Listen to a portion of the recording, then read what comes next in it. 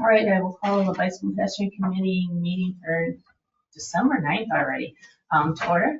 Have a roll call, please, Catherine. You bet. Tracy Fluke. Here.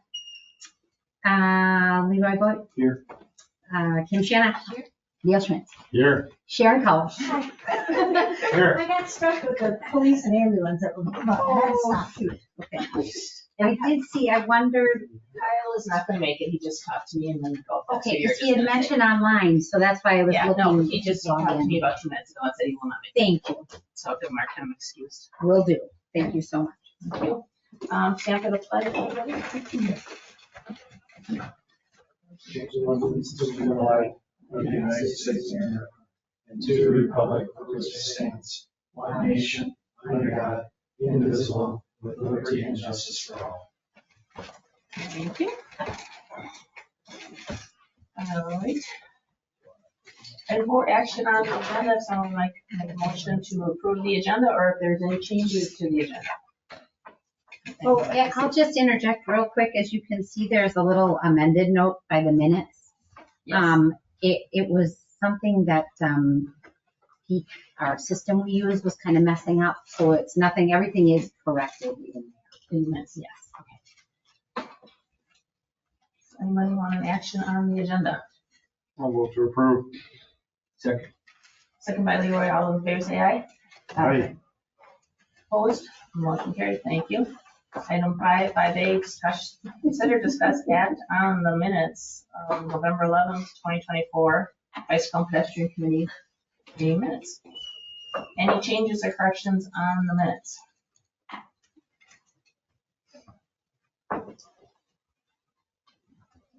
We're pretty much going to rediscuss the meetings. I'm going to vote to approve it.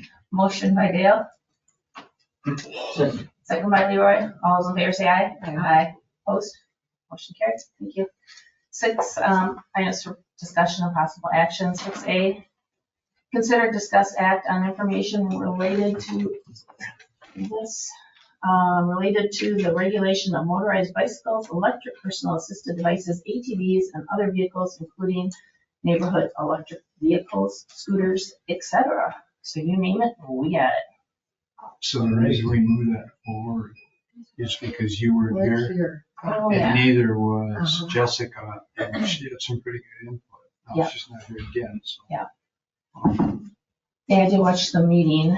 Oh, you minutes, did? so I did see, what the discussion was and the comments. So were. Joel presented a lot of information from the other areas, Howard.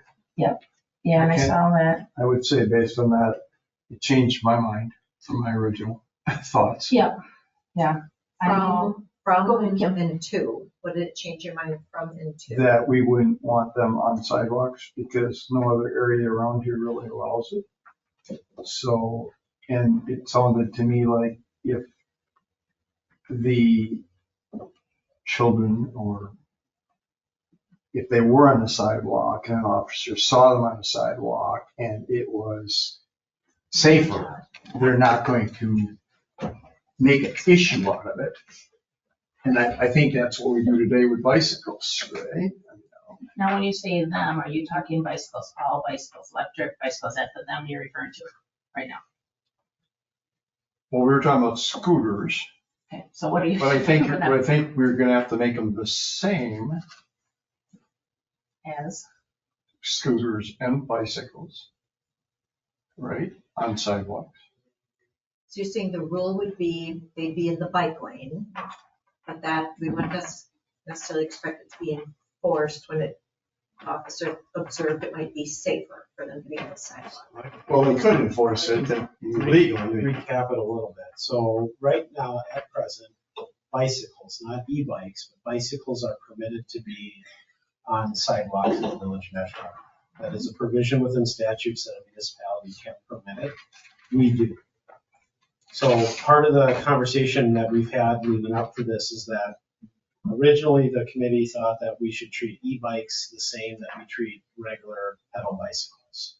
So they would be permitted on the sidewalks, and that was kind of the initial conversation.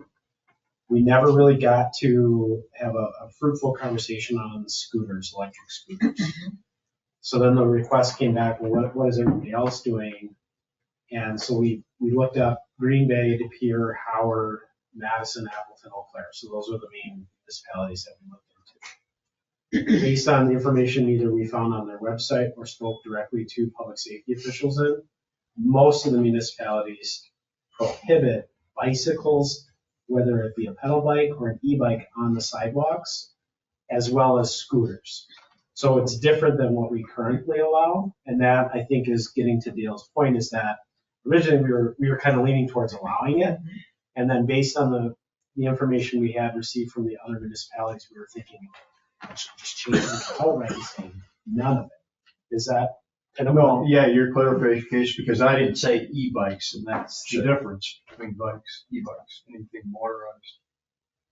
Watching That's the pedals. movie, watching, it's kind of That's a like, is it movie, a I good guess. Kind of a movie to sleep. Watching this meeting on TV, I agree with your comment was that we have our neighboring communities at home, they do not allow bikes on sidewalk. And I think it should be all bikes, whether they're electric, pedal powered, whatever, they should be all bikes. And I would agree with this, should not be on the sidewalk. And electric scooters, I think, should be on the road as well.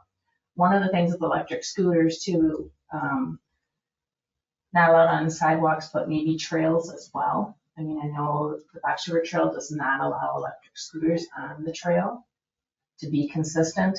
And just to clarify for electric bikes, we've talked about this a million times. So the class 1, there's 3 classes of electric bikes. The class 1 is an electric bike that provides assistance only when the user is pedaling, and they can only reach speeds of 20 miles per hour. Class 2 is electric bikes that are powered solely by the motor and no longer provide assistance once the bike gets to a speed of 20 miles per hour. So that's 2. Class 2 is not allowed on Fox River Trail. You do not allow that. Class 3 is electric bike provides assistance only when the user is pedaling and no longer provides assistance once the bike reaches speeds of 28. So those are the 3 kinds of bikes, electric bikes. And like I said, 2 is not allowed on trails. Yet I would say they're on all trails. They are, and that's the thing. How do you, So do if it's Enforce. patrolling them, how do you enforce it? I know down south, I don't know if someone was telling me down south, they actually, if you have a throttle on an electric bike, they make you disconnect your throttle when you're on the trails. And most of the only ones that have throttles are the class 3, and then some class 2s have throttles as well. But even that, you have to monitor. You have to monitor, that's the thing. So, it's like all of them, some of them, but that's just what is on a trail, for just to give you an idea on the trail, what they're doing on the Fox River Trail. I think the guideline to not allow them would be that at least you have an opportunity, if you have somebody that's being abusive or shouldn't be doing what they're doing, to find them or stop them and suggest to them not to do it. Right. Where if we don't have it, we have nothing. Right. Yeah. That's my thought. You see a lot of them on the Ashwaubenon River Trail. Yeah. And they're generally, I have not seen it abused. It's just people who might otherwise not be able to bike the Fox River Trail are using the power assist. Which I think is great that people have electric bikes, don't get me wrong, I think they should be able to do their thing, and it gets a lot more people out moving, and I think it's good. It's just when they're going too fast and getting that, out of control, so. But any bicyclist can do that. Occasionally, and I think it's people, I don't think people flagrantly disobey the rules. I think they're just in a scooter and they go that day. I see all of it on the Fox River Trail, which I'm most of the time on a couple times a week. Yeah, I mean, they're out there, you're right. Yeah. So it's just such an interesting question, because how much would we broadcast whatever we decided as a rule? Because even as we're talking about the rule that we ideally would put in, we're talking about all the exceptions to it we'd be willing to. Do you know what I mean? Like, it's not really enforceable. In fact, would we really spend any time in enforcement? It's just a whole nebulous thing. But on the other hand, you can't ignore the issue. Right. The enforcement would be more complaint driven. There you Right. go. If someone is Yes. abusing it, Yep. then call public safety. Public safety then has a little bit of teeth, but, but I don't know. You're getting to my summary question. Is that what public safety would like to see? I'm sure it is. They don't Yeah, want I think- stuff they can't enforce. Yeah, well, there's that. So administratively, obviously, you want the code written in a manner that's able to be enforced, right? So that's first and foremost. Whether or not they're going to go out and actively enforce something that's on the book is going to be relative to the situation at hand. A complaint has been filed, or let's say they're driving up and down Holmgren for that matter, and they see someone zipping through with an electric scooter or bike on the sidewalk, weaving in between people, cutting across traffic, and really kind of operating in a very unsafe manner, then obviously they're going to stop. But if it's a 12-year-old kid that's running down the sidewalk in a scooter and there's no one else present, they're going to just go right past it and ignore it. Yeah. Again, unless it's this perpetual issue or problem in certain areas where they need to provide active enforcement, they just don't seem to. So then how do we see our role in alerting the community to that we've set a policy? It's an education thing, it's like anything. You know, you gotta get the word out, whether it's on our website. Sarah will do a great job of getting the word out. And, put something out there, put it in the brochure, but you're never gonna get anybody anyway, Because but you can try. really intend to enforce it. Like if it's kids on scooters at a busy driving traffic, we don't really intend to make them go. Well, we also brought up the topic, some experienced bikers can go 20 miles an hour too. Absolutely. absolutely. Yeah. Yeah. So, I mean, Yeah. what Yeah, do you do, whether- say slow down, Right. That's why Yeah. they're putting signs up. And actually, and I know it's hard to understand, to fathom this, and maybe Leroy can weigh in, but you're safer as a bicyclist being on the road than you are on the sidewalk. Okay.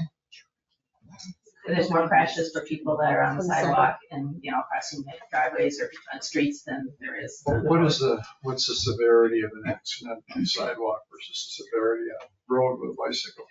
You hurt just as bad there as you can anywhere else. Someone's turning right and it takes you out. Oh, See, that I one? just- They have I just statistics. saw You're it. saying still being hit by a Yeah, I car. saw it on the way out here that time. So I was traveling on my bike going northbound at home, and there was a gentleman on his motor assisted bike, and he's on the sidewalk. So he's going northbound on Holmgren also, but he's on the sidewalk. So he's going counterflow to the traffic. So the traffic's going southbound next to him. He gets to the intersection that going into Kohl's by Bay Park Square Mall, there, the one that comes out kind of on the corner there. No one the person that was turning did not see him because he wasn't in the spot that he had to worry about. He looked to his left because he was turning right, and he's coming from his right, and almost pulled out right in front of the guy. So that's the risk of being on the sidewalk, especially if you're going really fast. If you're traveling at the speed of a pedestrian, that's a little safer, but when you're cruising on the sidewalk really fast, disregarding you, it isn't safe. That's where the education part. Right, And not exactly. not just young people, Everybody, yes. everybody. Yes. Yes. So really, it sounds like we're talking no bikes on the sidewalk, whether electric, pedal powder, or whatever. Scooters, same thing, on the road only. What about trails? I know right now it says in our trails we cannot have, is it scooters and assisted, personal Yeah. assisted? Yeah, and those would Devices. be different. So what we would do is we would need to define electric bicycle in our code. Yep, That would be consistent with statute. And then if we were to allow it on trail, just indicate in our code that it's permissive on the trail. The assisted personal device is a different definition. Right. And it would. The DNR are allowing them on. I know, What are two you there. gonna do, pardon? True, correct. what are you gonna do when you have a 7 or an 8-year-old coming down Ponderosa Avenue on his bicycle on the sidewalk? Again, If I it's think gonna be it's, eliminated. Nothing. no, if they're doing it, and it's really a child Well, under, but that's what we're saying, we can't have bicycles on the sidewalk. And that's why it's confusing. Like there's No. some things we're not really gonna touch. They go on. a child that age, I get those Usually all the third time, grade. Tracy, because I they know go to you do. school. I know they're going to school, and they probably are, and they probably should, that age, they should either be riding with somebody on the road, or they should be on the sidewalk, in my opinion, because they don't have the skills to be able to be out there on their own. Well, I'm just using that as at that age, because Pioneer, what is it, 6th grade, so how old would they be in 6th grade? 5th grade, they go to 5th. 12 maybe? Yeah, 11, 13. yeah. Yeah, Okay, 11 or well, less, you know, most I kids mean, are. There are some of them that are that age that are going down that, you know, and I mean, and it's, you know, if they're doing something that they shouldn't be doing, let's say they're going really fast or cutting people off, they're running into other pedestrians, it's a good way to get education. An officer's there, someone can stop them, or someone at the school says, hey, you know, you can't go that fast here, you have to slow down, you should be on the road, whatever.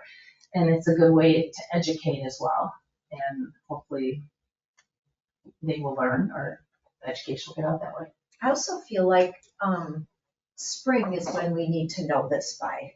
Because although there are people using all those things in winter, that's when it picks up. So we do have a little bit of time. Do you know what I mean? Rather than being like, well, let's vote today and whatever, and Jessica's not here, and maybe this, Well, maybe that. yeah.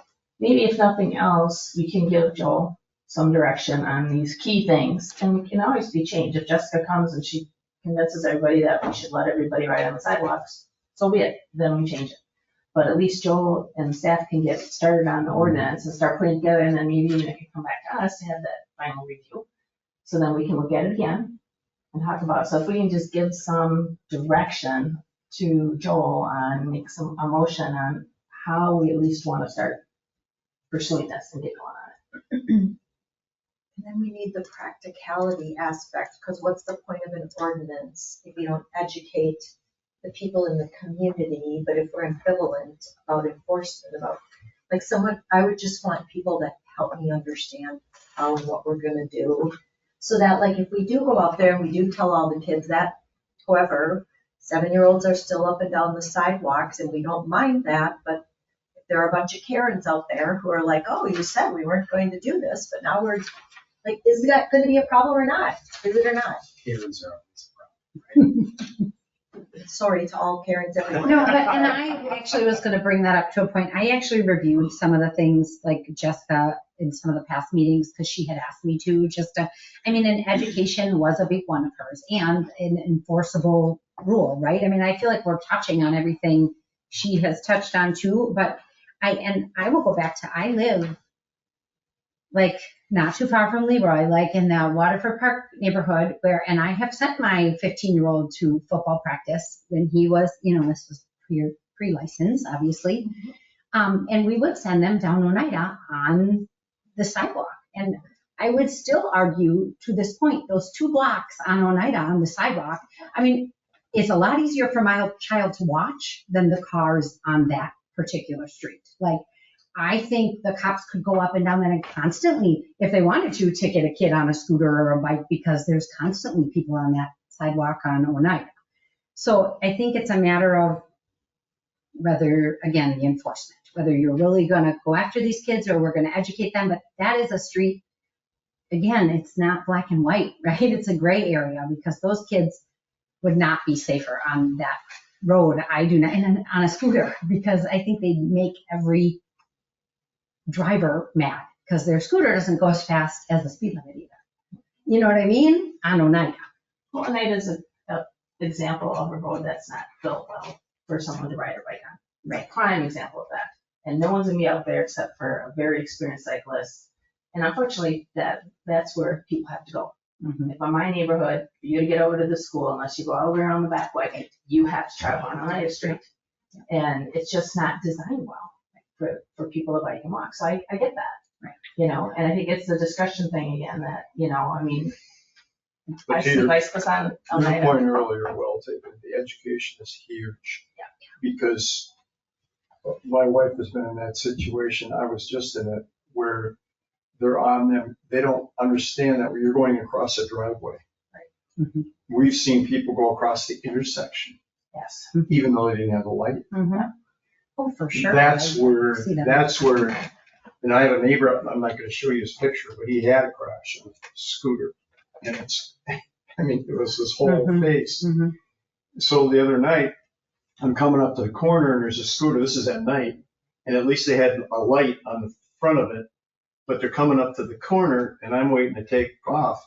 I did not take off because I was fortunate enough to see him. I didn't know if he was going straight or turning, because they don't have directionals Sure. You don't know where they are. Right. And that's where the education, even for the public that are driving around people like that, it's not just the people on that bicycle or that scooter, it's us too that are, need to observe that, what are they going to do?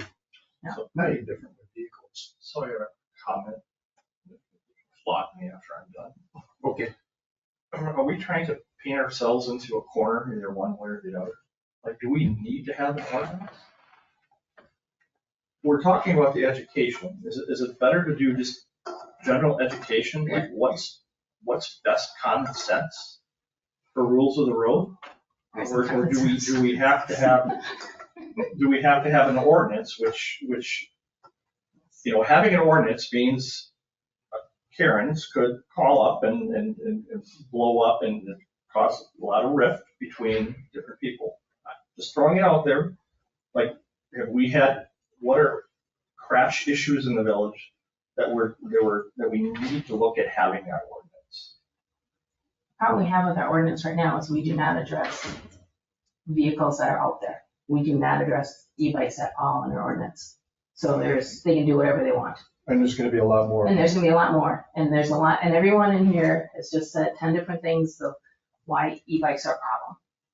So if we don't have anything, e-bikers can do whatever they wanna do, because they're not addressed at all in I our have one ordinance. thing to say. Yes. Rex, you probably go with me when I say this. And you too, Tracy. I don't know how many years I've been here, but we've been trying to educate the public about biking and walking and everything else for, I don't know, 20 years that I've been. I don't know how long I've been here, and we're still doing it. And you know what? You never will. No. Honest, you never will. No. You're never gonna teach everybody exactly what the heck they gotta do. You're right. Yep, you can just try. So what do you suggest then? Well, I don't know. I don't know what to say. I just, you know, we're talking education, and we're not gonna educate the public. We can try and we can try, because we have tried that for how many years, Rex? Not saying, so go back to the crux of the matter, allowing them on sidewalks or not allowing them on sidewalks? But regular bicycles and e-bikes and stuff? E-bikes, scooters, No, they shouldn't be no. And just to add some quick, so right now, the way it stands is we do reference statute as it relates to traffic. So anything that is within statutes is enforceable within the village unless it is otherwise stated in our code. As an example, and this is permissible within statute, is by code, we are able as a local jurisdiction to establish bicyclists to be able to ride on sidewalks. If we didn't identify that within code, then it would not be permissible under state laws. So Well, the default is- the default, even on e-bikes, is they are not permissible to operate on sidewalks or trails Super helpful. unless the municipality allows for it. The same goes for scooters as well. Right now, and this is where some update to the code is necessary, as Tracy had alluded to, is right now we do currently allow bicycles as defined by statute to ride on the sidewalks, but we haven't identified e-bikes in the code. So where our public safety runs into trouble and where our prosecuting attorney runs into trouble if a citation were issued is we haven't adequately defined them.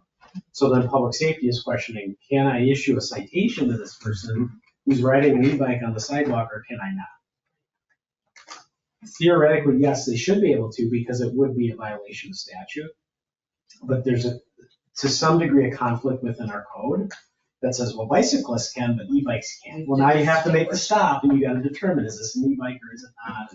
It just gets confusing. So again, it gets to the point of just the minimally in the code, it would be necessary to provide clarity by definition of to what these items are. And then from there, what do you see what is your vision for that? Do you want bicyclists, regardless of whether they're electronically assisted or not, on the sidewalks?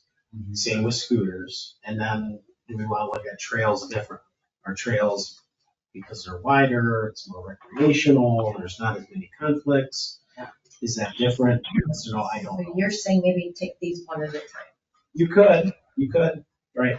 So based on what I'm hearing, and I think as Kelly pointed out, Jessica may have a different, point of view than maybe some of the conversations today is she has smaller children. I think she would prefer having bicyclists be able to use the sidewalk, primarily the youth, right? I don't know about adults, but that was my impression from Jessica. However, I think what I'm hearing from the majority of the group here is that bicycles are not appropriate for sidewalks and they should go back. What about a comfort zone for each individual? What if they don't feel comfortable on the road, on the bike lane? How do you gauge that from Right. enforcement, right? So it's enforcement should be a black and white issue. It's like the officer's going to use discretion as to whether or not they're going to make contact with the individual. The officer's discretion shouldn't be like, well, how comfortable are you? Yeah. You know, Feel comfortable there? right? Well, here's an example, not in Ashwaubenon, in Green Bay, we from where our condo is do what we call biking the loop all the time, right? So we go downtown and take one of the bridges over. We would never consider riding on the road on either of those bridges. We always ride on the sidewalk, and there are always people on them, and everybody's very courteous and works it out, even though, there's a lot of characters in downtown Green Bay, but everybody seems to know bikes and people are gonna work that out. If a police officer stopped us for doing that, I would humbly apologize, and then I would do it the next time again. I'm just telling you. Well, it's your comfort zone being on the But sidewalk. in a safety. Yeah, yes, and so I don't know, do you put the rule in and then not really worry about it, but if you're not really gonna worry about it, then do you go out and broadcast that's your rule, but you want public safety to have it for the people who are abusing it? That's what I was just gonna say. So part of our code, and this is consistent with statute, sorry, Kelly. No, you're good. But, so an operator of a bicycle that's utilizing the sidewalk, if it is permissible, so our code currently allows for it, the bicyclist shall yield the right of way to a pedestrian. And technically under statute, it would also be scooters or electric personal assisted mobility devices. Again, we didn't define that yet. If they're proceeding in the same direction of the bicyclist. So if I'm riding my bike northbound on Holmgren and there's a pedestrian walking northbound, I need to yield to that pedestrian and then also make an audible signal to that pedestrian that I'm coming from behind. You're not supposed to be running bidirectionally on the sidewalk. Well, you may, I suppose, right? So if you're riding southbound on the west side of Holmgren and there's a pedestrian walking northbound, then you may be walking or entering into that bidirectional environment. In that case, the statutes aren't clear as to bicyclist doesn't need to yield the right of way or provide an audible signal because the pedestrian sees the bicyclist coming on. And then that's like a calculus level of bike riding, right? Do you know what I mean? Nobody's Right. keeping track of all those nuances. Right. So I think that we should kind of hear from the group and our public safety, what they would like to see, the minimum amount in place that they need. Now, I began that by saying, I think, that's my opinion. That is my opinion. And public safety is not here, but we've had a lot of internal conversations, it's more about consistency. I definitely think that if you were to say, you can have bikes on sidewalks, but not e-bikes, that would be very difficult for them. It's kind of an either or proposition. Scooters obviously are kind of similar in that regard. They just want clear direction as to what they need to enforce. That's the easiest thing, and then they'll use their discretion based on the level of safety that's at hand or at issue on that stretch of road. All right, does anybody want to make a motion, in regard to regular part, the e-bikes on the sidewalk, off the sidewalk? You want to make a motion to move that, and maybe I guess scooters we could tie in there too, because they're treated the same. You're saying versus paths? This is just, we're just talking about sidewalks, we can talk about trails next, so we're talking about a motion in regard to bicycles on sidewalk. Electric bicycles, pedalways, the whole works, Allowed on the sidewalk. allowed on the sidewalk. Anybody wants to make a motion in that regard? What if we propose a motion and then try to be at full strength for board attendance in January? To make sure so that they're in for everyone to consider what we're gonna put forward. And I know that's punting it another month, but I am a little reluctant. We're only 1 over quorum here. Well, no, now we're 2 over Yeah. quorum. Yeah. So, I think we should make a motion, and if we come back in January and the whole board decides, no, we're gonna vote against it, we're gonna change it, we change it. You know, I mean, we gotta move forward. We've been talking about this for far too long. We need to make a motion and go forward. So if no one else make a motion, I would make a motion that we do not allow bicycles on, any type of bicycle on sidewalks in the village of Ashwaubenon. So I'd be going along with that. Is that a motion, Tracy? All bicycles, That was your that's motion? my motion. Okay, So that includes scooters? Let's put scooters in there. Scooters and bicycles. No e-bikes. E-bikes also, all bicycles, from pedal to E to 1, 2 to 3. So all bicycles cannot be on the sidewalk, all scooters cannot be on the sidewalk. I'd That like is my us to motion. separate those out and go one by one. Okay, I mean, bikes can be bikes and e-bikes, but I'd like scooters to be a separate motion. okay. They're So different. we're gonna pull scooters out of there. We're gonna just have a They're motion. both motorized though. I They know, both have the same speeds. Yeah. I don't they know both that- have to yeah, I abide don't by the know that you rules of the need to road. separate them. I don't think you need to amend. the No. motion, or I think she's No, just I gonna haven't make even- that I quick don't- change. yeah. Yeah. Okay. We don't have to make it that formal. Yep, no, I'm, Okay, I'm gonna make a motion that we do not allow any type of bicyclists on sidewalks, electric and pedal. I'm gonna second that because I believe it gives the safety officer at least an opportunity if you have a bad apple to deal with. Okay, it's motion and a second. All those in favor Wait, say wait, aye. can't we do discussion now? The Oh, motion's on the yes, table. is any discussion, sorry. How do you feel, how do you think your internal team will feel about that motion? From their expert, from their professional position on this? I think, again, it provides clarity. There's consistency, whether it's a bike or an e-bike. There's no discretion. Is that an e-bike? Is that not an e-bike? It's consistent with what Depeer and Green Bay are doing, and I think public safety talked about that last meeting too, that it would be nice if there was consistency. Right? I think they did say that. So, in our conversations internally, it's clear. It's Okay, just so bicycles only are not- walkers on the sidewalk.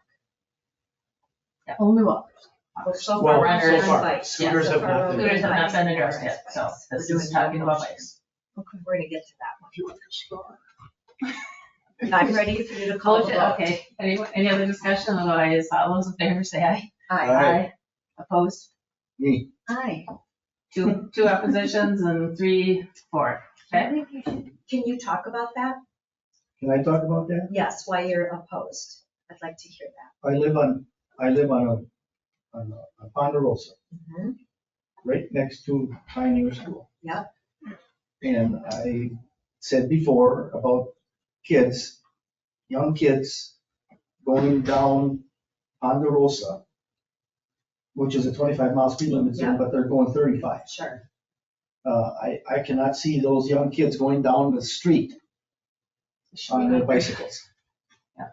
They're coming down the sidewalk.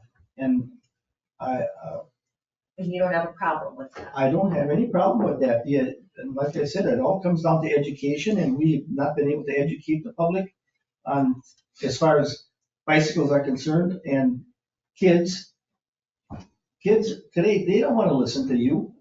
You think that if I yell at that kid, hey, what are you doing? You know what he's gonna do? He's gonna look at me and say, why, what, you old choggy, you, what the heck should I listen to you for? Or just pedal on. Yeah, that's exactly right. I mean, I'm not, that's the only reason why. I'm looking at, and it's not only on Ponderosa, I mean, it's, That's an example. that's an example. But I mean, I'm pretty sure, I wish Kyle was here, because I mean, I'm pretty sure Kyle's got a sidewalk on Cormier, and he would know a little bit more about sidewalks and, and young kids. It's just the kids I'm thinking about. The safety of them being on a sidewalk rather than being on a street where there's car motion. I mean, I don't know what the accident rate is. I mean, as far as young kids, I mean, do we ever hear about that or not? I couldn't comment on that confidently as to what the differential is. Yeah. Today, I could get the information. Yeah, there's probably, I wouldn't think there's very many accidents as far as, that. But that's my thought. So Leroy, when you have one street. Yeah. To do an analogy, I don't live there. I live on the other end, down by Waterford Park, right? Yep. Those kids don't have sidewalk. Right. They ride the road every day on their bicycles and they do just fine. They're fine. Well, Oh, I will say there are a lot of, Tracy doesn't like them, but whatever the visually narrowed lanes, there is a lot of, which actually I think provides space for those bikers and scooters. And it gives them a nice spot to go around that neighborhood. And we have a lot of those. We don't want to get on B&L. I don't, and I'm not trying to go there. But I do feel like those roads are a little, again, you're not comparing apples to apples, even with Ponderosa and the side, but you know what I mean? I think they have a nice space to ride. I'm just saying they're on the street. I agree. They're on their They are. bicycle, they're on the street, they're learning the rules because they're on the street, right? Yep. Maybe they're not learning the rules. Well, depends on the kid. Well, whether they follow the rules and they know the Yeah. rules are. Yeah. But can I ask, because Dale initially alluded to something, and it was the enforcement of this. And it sounded like there was something written in some of the other people's codes that it would only be enforced if they weren't following the rules, or if they were being, I thought there was I don't some. think that he was in alluded anybody to- else's. You saying codes from like Howard or Green Bay? Right, I felt like you were alluding to something about them only enforcing it No, if. no. Or, okay, maybe I missed. No, we had a discussion at the last meeting as to what would the safety officers, what would they do?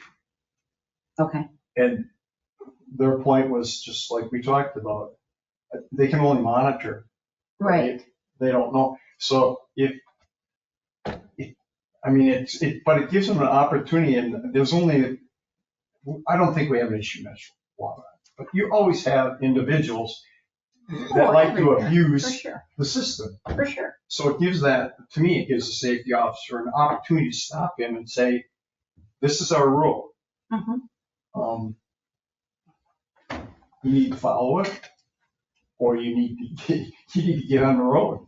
Right, and I just think, that's what I guess I'm asking. Are we looking at it from it is giving them something to follow, or are we looking at we're giving them a ton of work to enforce? That's what I'm just trying to. I don't think they can have a ton of work to That's even- enforce, because I think they're gonna be, what's the word I wanna use? Just like things that happen today on the street, even driving, there's things I'm sure they could pick a lot of people up for. Oh, that's true. That they realize they're human and they make those same errors. I'm with Leroy. We've talked about education. We're like, how do we get that into the bike rodeo? Well, that's only one thing that gets into the school system. Yeah.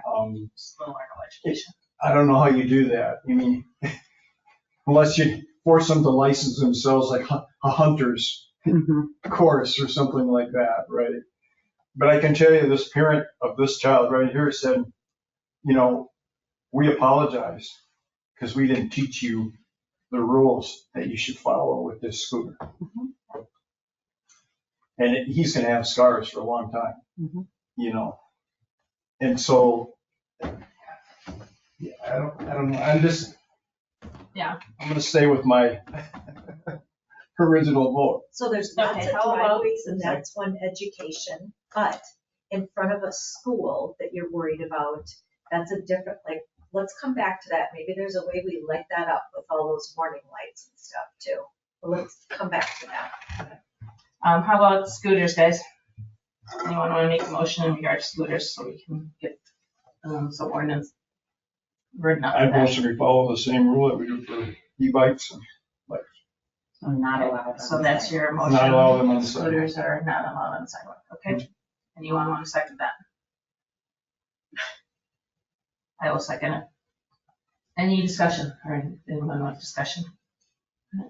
I'm just saying, I can't envision somebody on their bicycle seeing the guy with the scooter on the sidewalk and making an issue out of it, even though they're probably both gonna be on the sidewalk. Yeah. Which We can always change this anyways, can't we? If we see it isn't working out, it's like the deal we worked out when we talked about Appleton and changing the road, right? And College Avenue. So we have a motion and a second. How would public safety feel about this motion? This same thing, they would like it to have it there so they have something to work from. And then enforcement becomes a whole separate discussion. It's a little bit, in my opinion, and then theirs, I think when I've spoken with them, it becomes more black and white. Scooters are allowed or they're not allowed. Any other questions or discussions, anybody on that? Are we gonna specify No, those scooters shouldn't are it? also electric and not electric? I mean, there are foot scooters. I just didn't know if you wanted to be super clear. The code would be specific to electric scooters, Okay, thank you. like skateboards and pedal scooters and things like that. Be fine.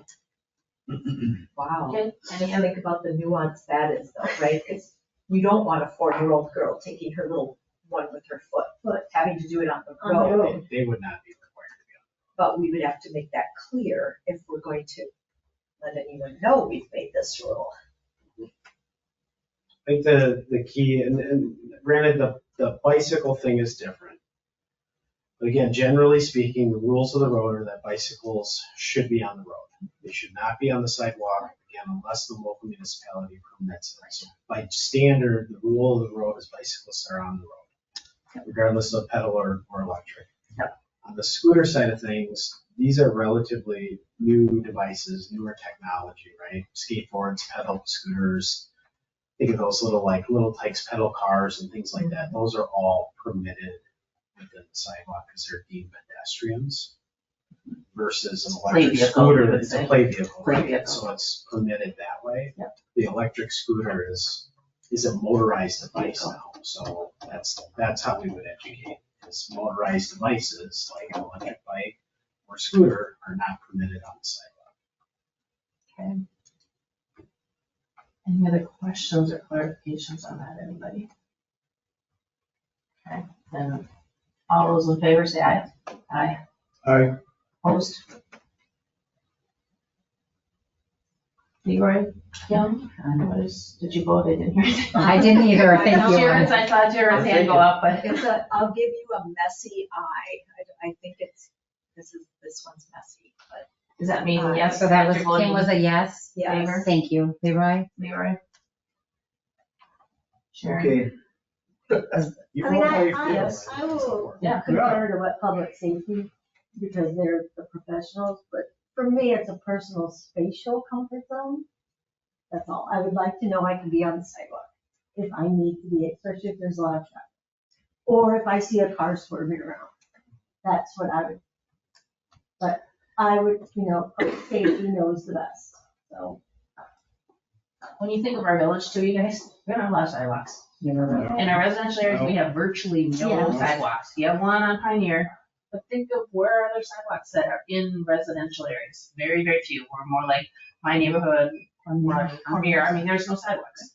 So when we're talking about this, keep that in mind, please, because we don't have a lot of sidewalks, and we have them on some of the arterials, which they should be, but. No, not necessarily. I think it's more the advent of the devices themselves But that's bringing when this. you, Yeah, Right. and, quite honestly, the electric scooters more than the bikes. The bicyclists that are operating the electric bikes are operating them in very similar fashion to like, what other bicyclists are doing.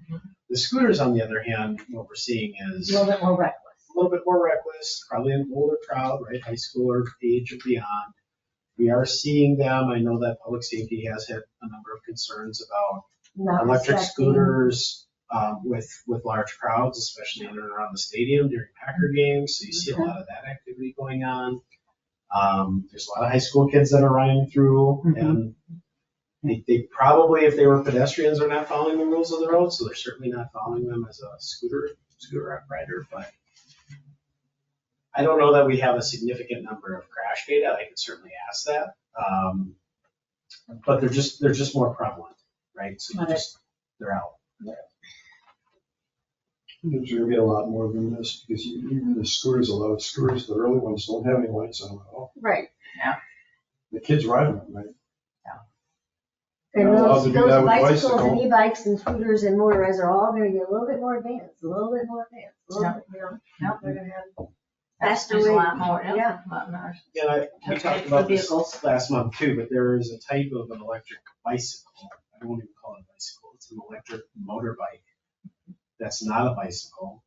That looks and operates very similar to like a gas-powered dirt bike for that matter. And we do see kids quite often using those as well. They would not fit Yeah. within the definition of an electric bicycle. They don't pedal. Yeah.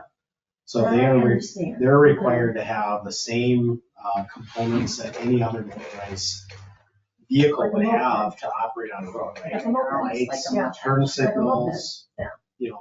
Disc brake brakes, things of that nature. So they would fit that category, and the operator would need to have a driver's license to operate them. So we're seeing that too, in which public safety has to address as well. So we've taken 2 votes. Yeah, and So I'm what- sorry, I what do need to we- clarify before we move on. Leroy, were you a yay or a nay? I have to, Yeah, well, you're right. What were you? on the scooters. On the scooters? Yes, No, they shouldn't be on the sidewalk. okay. So you're voting yes for that motion? Scooters. Yep. Yes. And Sharon, I'm sorry, can you Same thing. clarify? Okay, Same so we thing. were all in favor of the scooters. Thank you. Is Now, what do we there do with anything those else? votes? I'm sorry, What do we do with those votes? So we've got with whose folks? the votes. So here's how I'm seeing it right now is we have 2 votes, and those 2 votes are gonna help provide direction to us to craft an ordinance. So as of right now, based on what I'm understanding the motions to be, is that an updated ordinance would restrict the use of bicycles and e-bikes on sidewalks. So that provision in our current code would be stricken. We would also certainly define e-bikes, because we don't currently do that, and then we would define e-scooters, and then also prohibit them. Really, honestly, we won't have to do much of anything, we'll just identify them by code. That actually already restricts them from operating on sidewalks. So we won't really need to do anything other than define what they are, so that law enforcement scooters. can do stuff for Yeah. scooters. And then trails, right now, trails are not allowed on trails, correct? I remember right in the ordinance. Yes, e-bikes are technically not allowed on trails or scooters for that matter. So what do we want to do with trails? We got, not Fox River, the Ashwaubenon River Trail, like Kim's house. Do we want to allow them? So what are you gonna do? Put a sign out that says no, when they come off the sidewalk to go down, look along the river, you're gonna have signs out that say no motorized, And here's where I will just interject a little bit. I think it makes sense to disallow bicyclists and e-bikes on the sidewalk. That makes it very easy for an enforcement standpoint, because no two-wheeled device or three-wheeled device is gonna be allowed. Okay. On the trails, these are multimodal paths designed for that type of use, bicyclists and pedestrians. My recommendation would be to define, if we define e-bikes like statutes, those are the types of devices that are permitted on trails. The other motorbikes that we talked about, we would keep those as being still disallowed. Right. Right, so those non-pedaling, those electric dirt bikes, if you will, they would not be Yeah, agreed. and that's what bothers the people who live there, is when the occasional confused motorcyclist finds themselves on there. Can I, Joel, ask you, so you mentioned earlier, I believe there's an ordinance on sidewalk and bicycles where you have to give, let them know that you're passing. Is it the same way on a path? Yes. That's important. Yes. Okay. So are we gonna allow class 2 on our trails? That's the one that does not have, is solely powered by a motor. That's a class 2 electric bicycle. Are we For the gonna just? DNR is saying that they're finding that they have no issue with it, and that most municipalities are allowing them. So as a park and rec director, if I'm giving advice to the committee, because I can't vote on anything, I don't know if everyone knows that, that's why I can give my opinion, but I'm not an active voting member. But my opinion on that is, I'm personally would be fine with e-bikes or scooters on trails, because I think that's what part of the trails are for. I've never had an issue with the e-bikes on the trails. Okay, so our current ordinance says no. So then we need a motion for allowing, if we would like to go there, to allow e-bikes, bicycles are still already allowed, and scooters on our trails. Anyone want to make a motion in that regard? That would be like on an e-bike going down Packerland Trail? Going down Industrial Park Trail, Wabi Lane. And going Yeah, down Wabi the Lane, West Main, the river trail. river trail, off Yes. the sidewalk. From the sidewalk. You know, maybe they don't come off the sidewalk. They they go on the trail, go off the road. Okay. You know, they don't have to go on the sidewalk to get there. They can go on the road. From the road onto the trail. I'm stuck on sidewalk. I'll motion that we allow e-bikes and scooters on the trails. Okay, motion by Dale, second anybody? Second. Second by Leroy. Any other discussion or clarification on that? Talking just the trails. So how do you both feel about that, and how do you think internally that will be? You're in support of that, Yeah, right? Rick says it. And It's easy to enforce. Then call a motion, all those in favor say aye. Aye. Opposed? Okay, motion carried. I think the important thing was the ordinance, or if they're not giving, then they're at fault, right? 'Cause that's where most people are very good about that. I've never run into an issue where somebody was coming from behind me, they didn't give me an indication, I'm on your left, I'm passing. You're a lucky guy. Really? I think there's a lot of. Right. There's a lot of that, there's a lot of that. yes. Really? Oh, yeah. Yeah. Yeah. And Well, the you speed. bike off. Well, and the speed on the trails too is an issue. You know, it may be, but then you just deal with it. You know, or someone may get run over by an electric bicycle, they're going too fast or whatever, you know, you just don't know, or a regular bicycle, like, you know, it happens, you know? So you just deal with it when it comes to be, so. Okay, and nothing else on ordinances then, correct? We got it all. So Joel, if you can take our motions, put something together, and then maybe bring back an ordinance in January. Yeah, what You I can guys do is, mentioned. since we don't have the full body here, if you'd like, I can prepare the ordinance based on the motions today, bring it back to committee, and then have committee review the draft ordinance, and then that recommendation would then move to the village board. Sounds good. That'd be great. Thank you. Thank Okay, anything else on that? Otherwise, we'll go on to 6B, which is consider, discuss, act on improvements for bicycle corridor in the southern part of the village. This, when I listened to the meeting, obviously was put on by me, and I just wanted to clarify why I put that on. It seemed like at the meeting you guys didn't understand, but basically, the reason I had asked it to be put on the agenda was because the main avenue trail or sidewalk, whatever it ends up being, will not be considered until 2028, is that correct? That's 2027, 2028, before it can even come to be. So it's just time for us to look at those other east-west crossing on the south end of the village, is what I was thinking.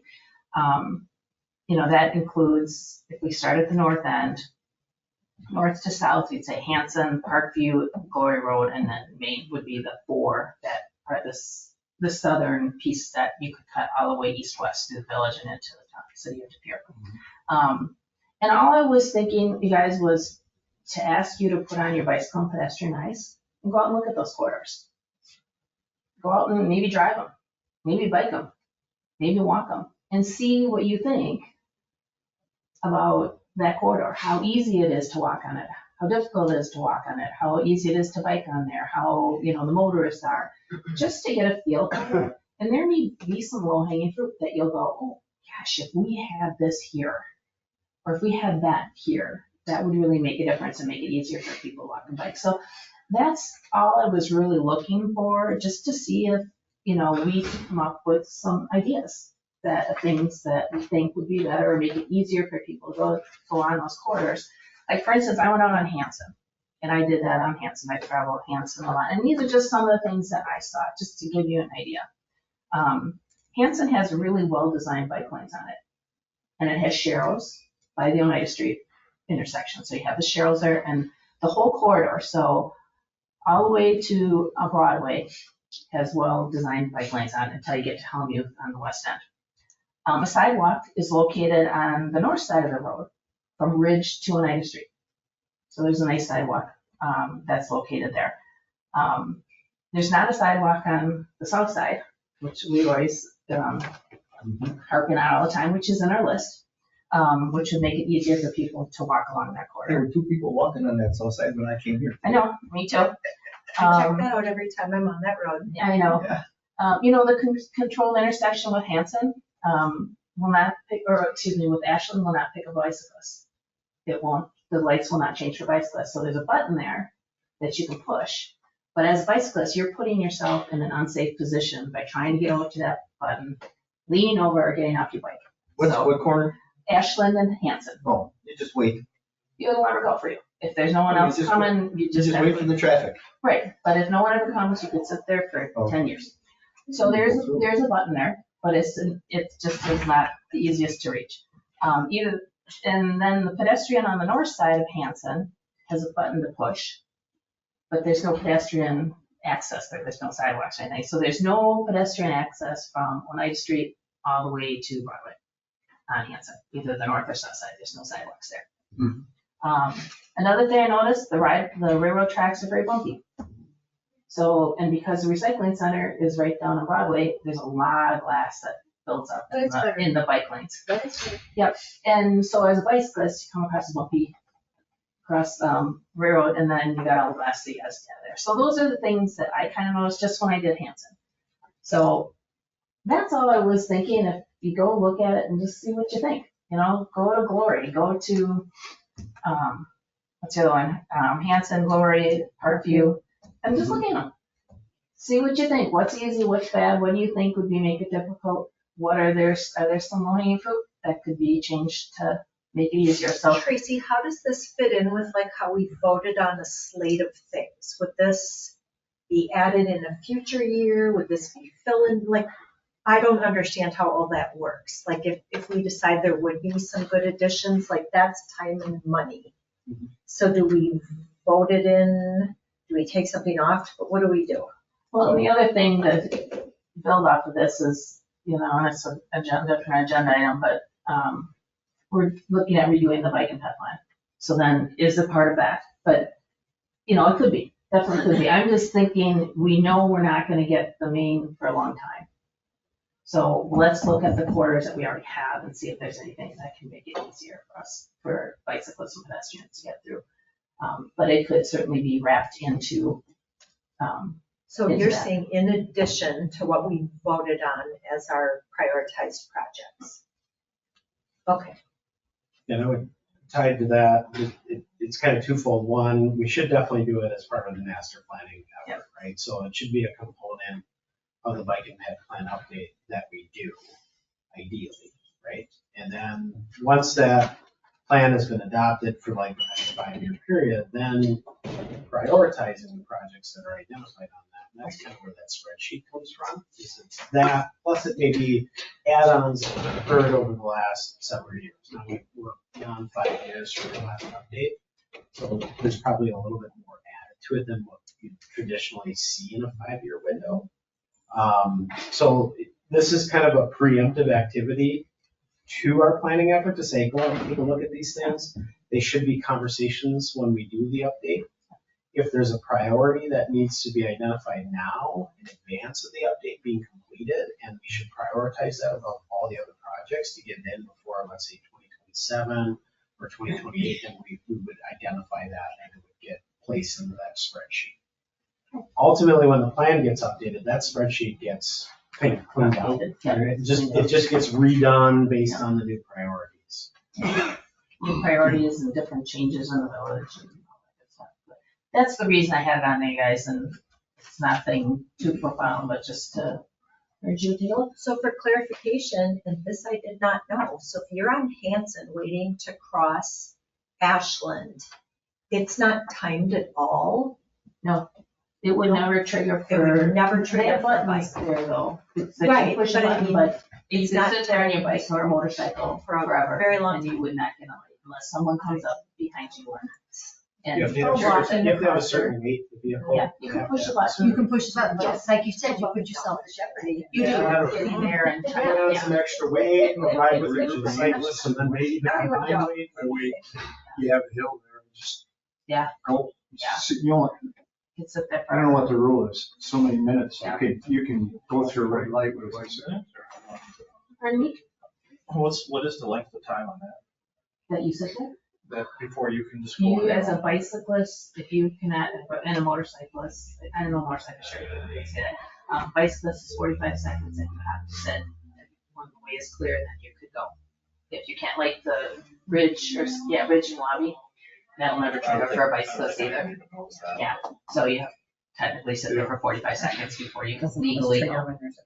Even though the light is red. Even though light is red, yes. You could sit there all day. If a car doesn't come, you'd be sitting there forever. Okay. And it would never trigger you. Just down the road, run into a collision on Main Street.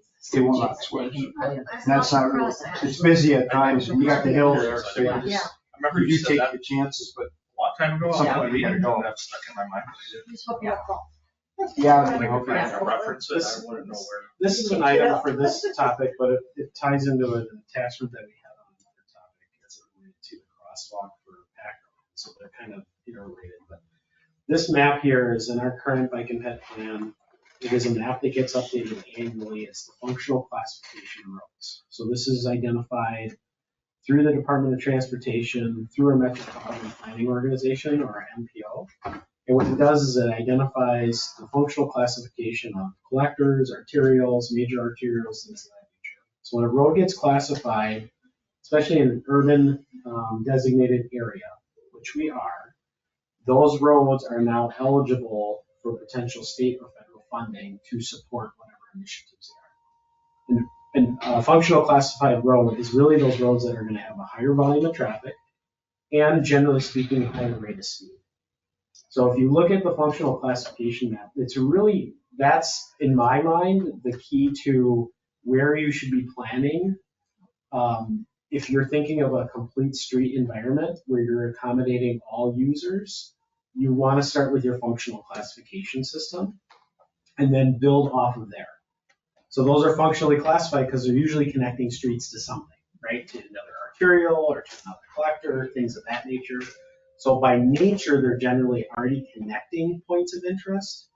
And then if you use that map to then connect to other points of interest, let's say a school, as an example, and this was kind of the point before, is Pioneer School off Pioneer is one block off of Carroll. Carroll connects to Hanson. Hanson is a through urban collector. And so you may have sidewalk, let's say, that extends from Carroll or Hanson up to the school, which we do, because that's a point of interest. You may have, a good example is Waterford Park. So is that Ponderosa that comes down and then comes into Skylark? Is that what it is? Pioneer, excuse me. Pioneer. Pioneer turns into Skylark. Skylark, yeah. So you can see on this map that that is identified as an urban collector, okay? And so here you have, it's connecting to two collector streets, it's connecting to a school, there's two parks along the way. That's what you're kind of focused on. So when Tracy's kind of talking about these east-west southern connections, you're looking at Maine, you're looking at Glory, you're looking at portions of Parkview, you have Wabi, Oneida. This is true, but which one is that one? I forget. Hanson. Hanson. Yeah. This is Hanson and Carroll right here, right? Yeah. So these are streets that connect from, let's say, Packerland all the way to Ashland, right? And so if you're a bicyclist, generally speaking, and you're trying to get to a destination, you're going to use the same routes that a motorist is going to use, those through connection streets, right? So when we start to update the bike and ped plan, this will probably be a point of emphasis for the group is, okay, on our functional classification roads, urban collectors and arterials, what do we have for accommodations? And is that where we want to start and prioritize our efforts? And obviously we're not going to be able to do all the roads all at once. So maybe you say, you know what, Cormier is a road on the north end of the village that connects from Packerland all the way to Ashland. Broadway. Broadway, all the way to Broadway, Most right? of the bike lanes on Broadway. Yep, so maybe that's a priority, so that's the road we focus on in the next 5 years, and if we go to the south side of the village, we say, okay, maybe Hanson's that road, right? Because Hanson and Cormier, for that matter, have a decent amount of facilities currently, and all we'd be doing is adding to them, and we'd be making that true connection between the east and the west. Oneida Street is a good example where it turns into Wabi. For the most part, that has connection, but there's some missing links. So maybe you pick that up and that's your priority because now you can adequately go to your constituents and the citizens of the community and say, we've made a true north-south connection. And that's kind of the thought behind that. So yeah, there's nothing too profound with this, just look at it, like Joe said, it's a big part of our plan too, but just to kind of think about it a little bit when you're out there looking at things and how can people move safely through our community going east-west on the southern half of our community. And those are the 4 roads that really have connections almost east to west to the community, so. We're coming northwest here. Yes. That's Connect with the the important thing. Yeah. That's always there. So is there any other questions or discussion on that? Like, there's really not anything else that needs to be done on that one. All right. 6C, consider, discuss, act on request to install safety improvements for pedestrian crossings along Packerland Drive.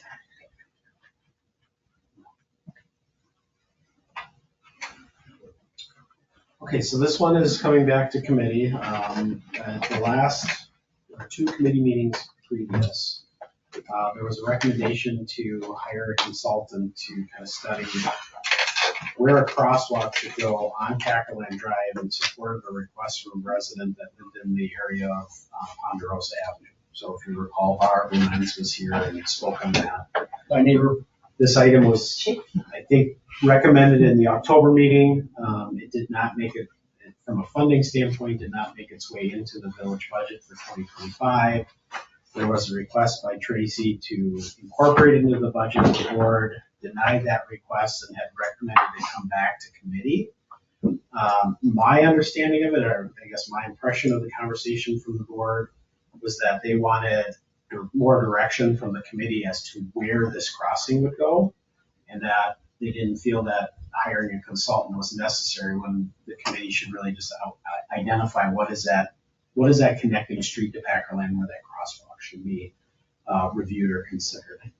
So that's why it's coming back to committee. The board is certainly interested in hearing a formal recommendation from the committee as far as the location of it.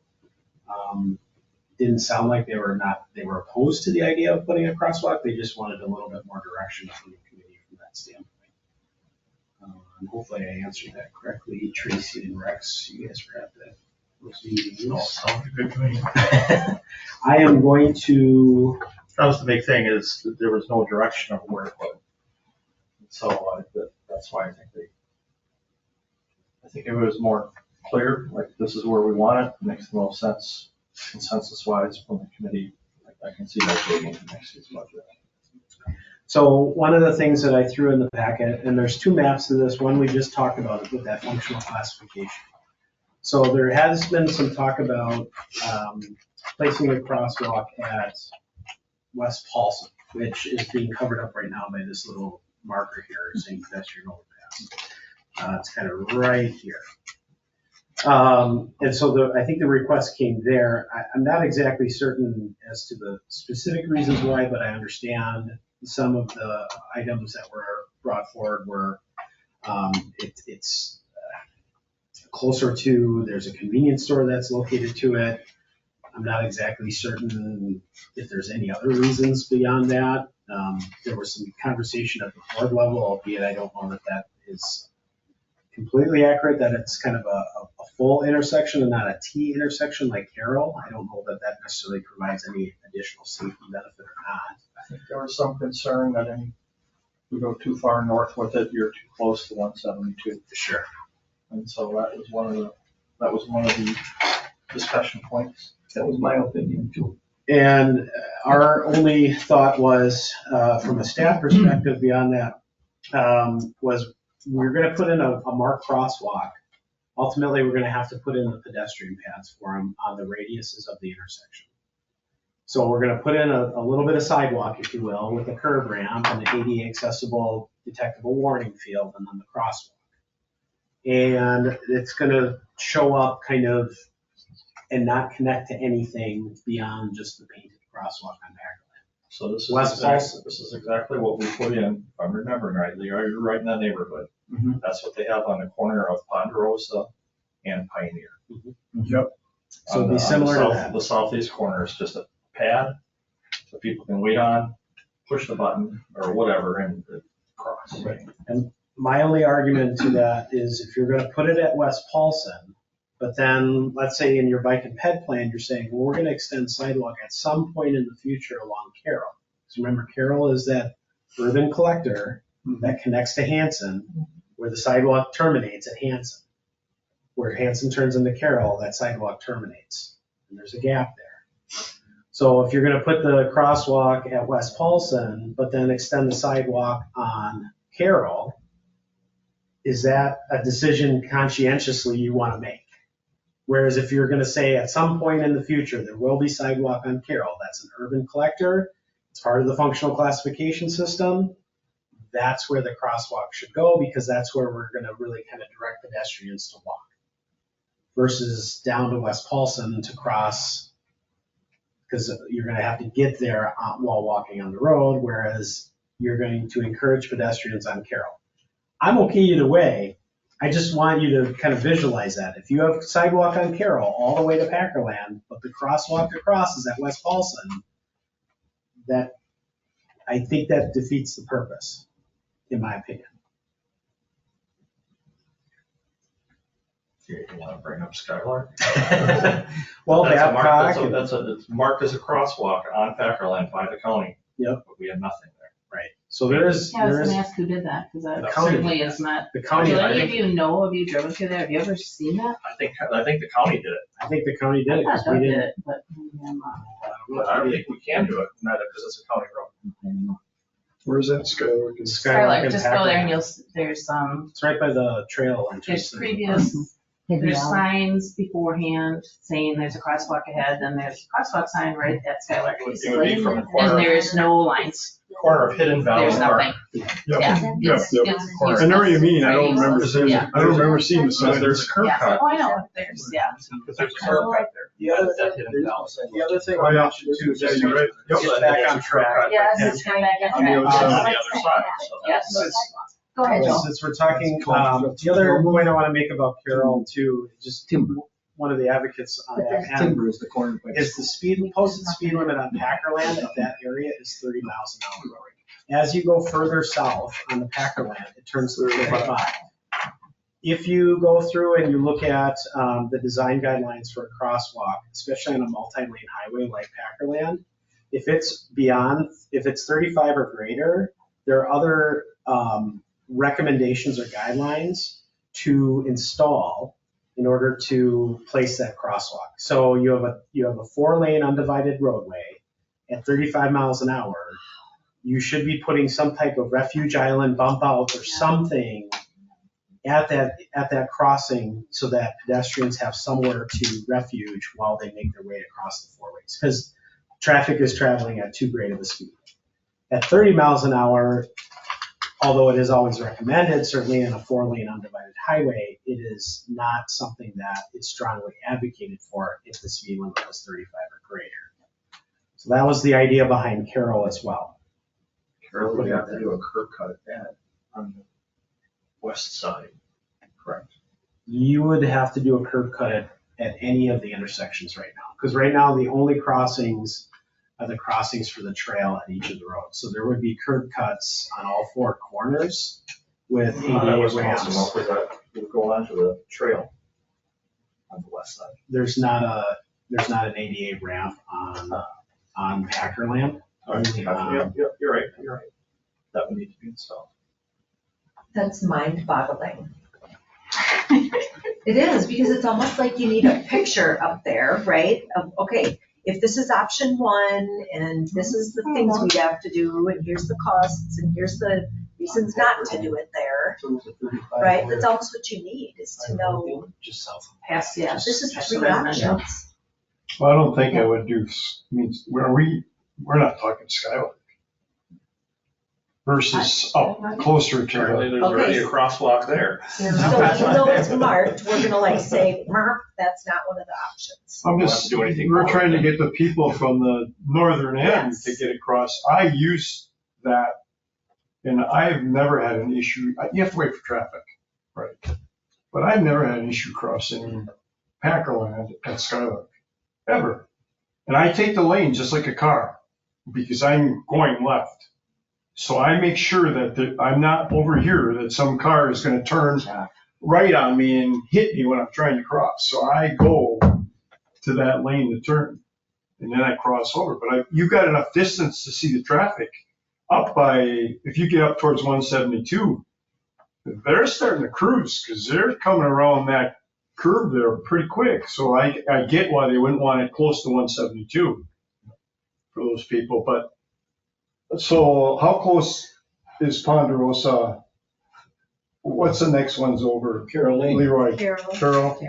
But I mean, if you go north, there's not. You got Comanche. Yeah. So Comanche is too close. That's too close. From talking with Yes. the county and the DOT, they would have some concerns with the non-control. So to me, it's Carroll or Ponderosa, and Carroll sounds like, based on what you're saying, if we do sidewalks, I don't know. If it was what that'll me, be. I would go at Paulson. And the reason why is It's not as busy. it's exactly right. And you can look, you can see the traffic all the way to the left, and you can see the traffic all the way down to the right, as far as you can go down to 172. Carroll Lane is yes, it's another good street, but there are more businesses right in that Carroll Lane area. You got McDonald's, you got the coffee shops, you got the taverns, and I mean, It's also not as McDonald's, busy Carol, from can you show Babcock going Carol? towards I'm just Babcock. curious, Yeah. because I can't even. Right. Carroll's a busier street than It- West it is. Paulson is. it is. I I would still be using West Paulson even if you had a marked crosswalk on Carroll. I guess the only difference is Carol is, yeah. But I get what Joel is saying with the plan. I mean, you want to make things connect, mentally on what seems right. Yeah. Just want to be able to justify the constituents Yeah. and say, you put a crosswalk here, but then you extended the sidewalk here and didn't put a Right. crosswalk Right. there. Are you able to justify that decision? No, you're not. I don't You'd know. seem confused. You would seem confused as decision makers. there's West Paulson right there. No, that's No, not, this is that's Carroll. Paul, that's Carroll. This is Carroll. I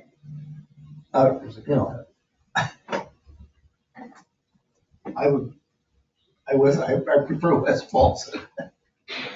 Yeah, you're going to prefer anything you And prefer then- anything you want. And then what? Put a sidewalk along Packerland from Carroll to West Paulson? Because you're talking that the sidewalk would be on Carroll, right? I'm just, my reference is more or less from a future planning perspective. It's more likely, at least from the functional classification map, that at some point in the future, there would be sidewalks on Carroll before they would show up on West Paulson. You've got sidewalks right now. I don't know. You know the community better than me, but if I were to strictly go by the functional classification map, that's where you're gonna have grant funding available for you. That's where you have higher volumes of traffic. That's where you wanna separate the pedestrians from motorists. That's why you would do that. Right now, you have sidewalks on Babcock that go right down to They do. West Paulson. Yep, you're right. So you've got a 2-block stretch there on West Paulson that, you're not, where you don't have a sidewalk. How long before you can have sidewalks on Carroll Lane? 2028? Right after Hanson Road's done. Yeah. I can see Hanson Road because like Rex once said before, that there's a lot of work. I mean, I drive down there all the time and there's a lot of work on telephone poles and just electrical. And I mean, I can see it. It's gotta be done, but okay, forget about that. And maybe West Paulson's the answer. My only concern was, are you able to communicate effectively to the residents and constituents the decision to place it there? And if we're comfortable with that, then, and maybe at the end of the day, it ends up being at both intersections. Do you want me to talk to Barb Lopez? Well, I think Barb wants it at one of the intersections, right? I think her concern is It's just to get across. Right. Here's kind of my take on it, you guys, just so you know where I'm coming from, but what I see as one of the prime directives of municipal government is to make sure our residents and visitors are safe. Okay, that's one of my whole philosophy is people, property, and everything else. So when I make decisions, I base it on that. A resident reached out, as you know, Barb came here, she came about 2 years ago, to ask about a safe crossing of Packerland.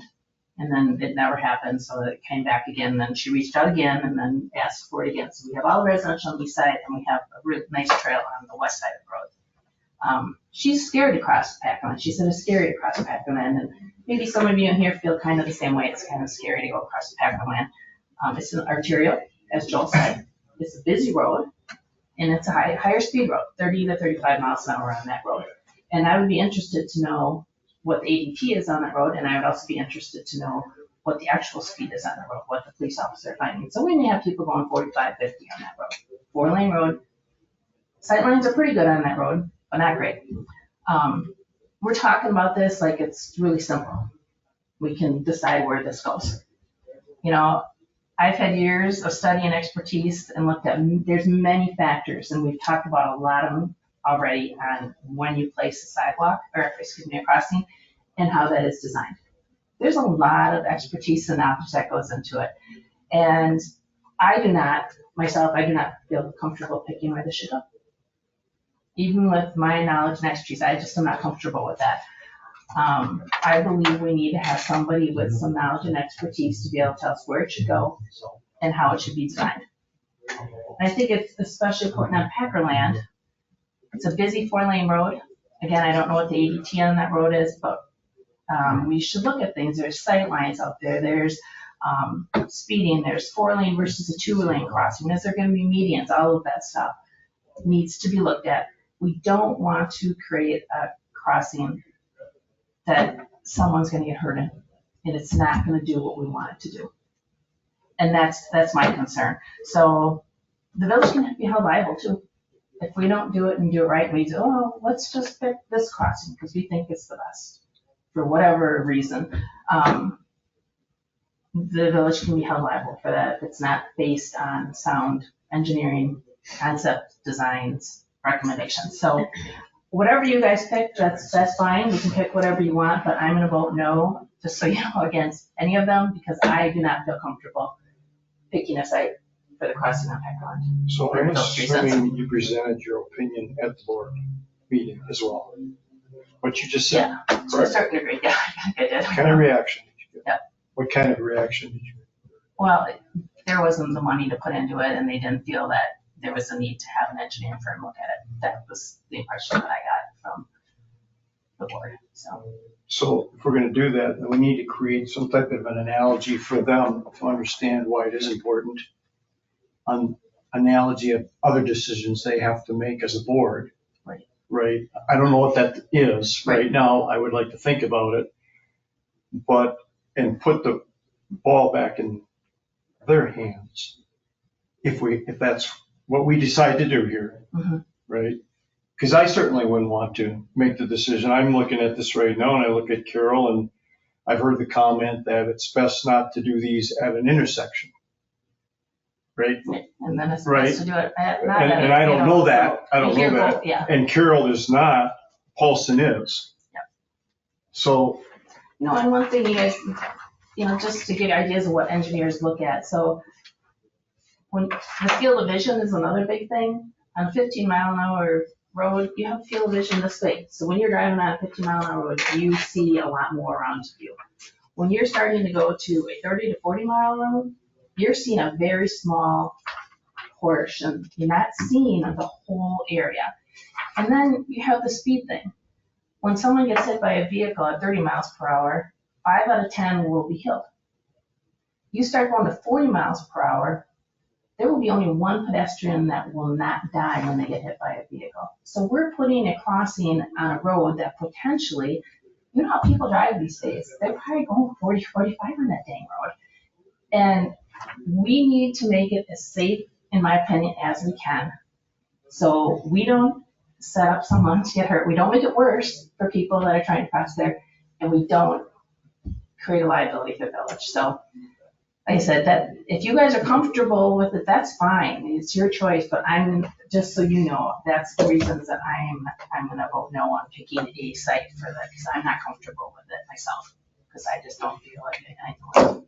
So Joel, what is the bandwidth and capacity within, like Brian Rickard, and if he taps into Cole, what is their comfort level and expertise even, and not just advising us on this? I mean, do they do that? Can they do that? Would they be comfortable doing that?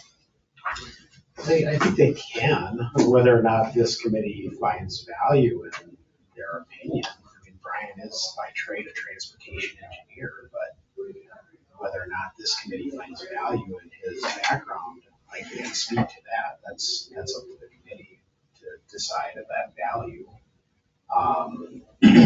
Would we have the capacity from a time standpoint to go through and do a full study? Probably not, to be honest with you. That's why, like on Cormier and Holmgren, we're going to hire an engineer to do the actual design of that, of those crossings, just because it is intensive. It is labor intensive. Our point, and I think the point of the board was, again, I understand Tracy's point about just finding the best, most safest point to cross. That's fine. If that's our only priority, then are we focused on one intersection? Are we telling them to analyze 2 intersections? Are we talking the entire corridor? What are we doing? We didn't have that direction as staff. So how do we prepare a proposal or a budget? We don't even know what that is. And Packerland being a county trunk highway, what involvement does the county play in this as well? So our point from a staff perspective was, if we have a defined scope that we're trying to entertain, that would help us in then devising what that cost is, the budget, the roles, who's doing what. Do we have to engage the county? Does the county do it? Does the MPO do it? That's the other thing too, is if you tie it into Carroll, you could utilize the MPO to study it. They could do it. It's part of the functional classification of the road system, and it's connecting to a county trunk highway. So there's a variety of factors that go into that decision as far as what direction. So staff really just needs more direction from the committee and the board as to what that scope is. How big is it? I mean, just today we were talking about Skylark. So now we're going down to Skylark. Well, are we going past that? Are we going down to Cormier? I mean, how far are we going? I don't know. That's our challenge on staff.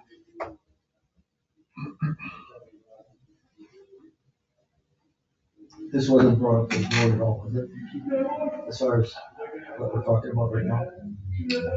We've certainly talked about it in more detail, I think, today. I'm sorry, what was your question in here? It was?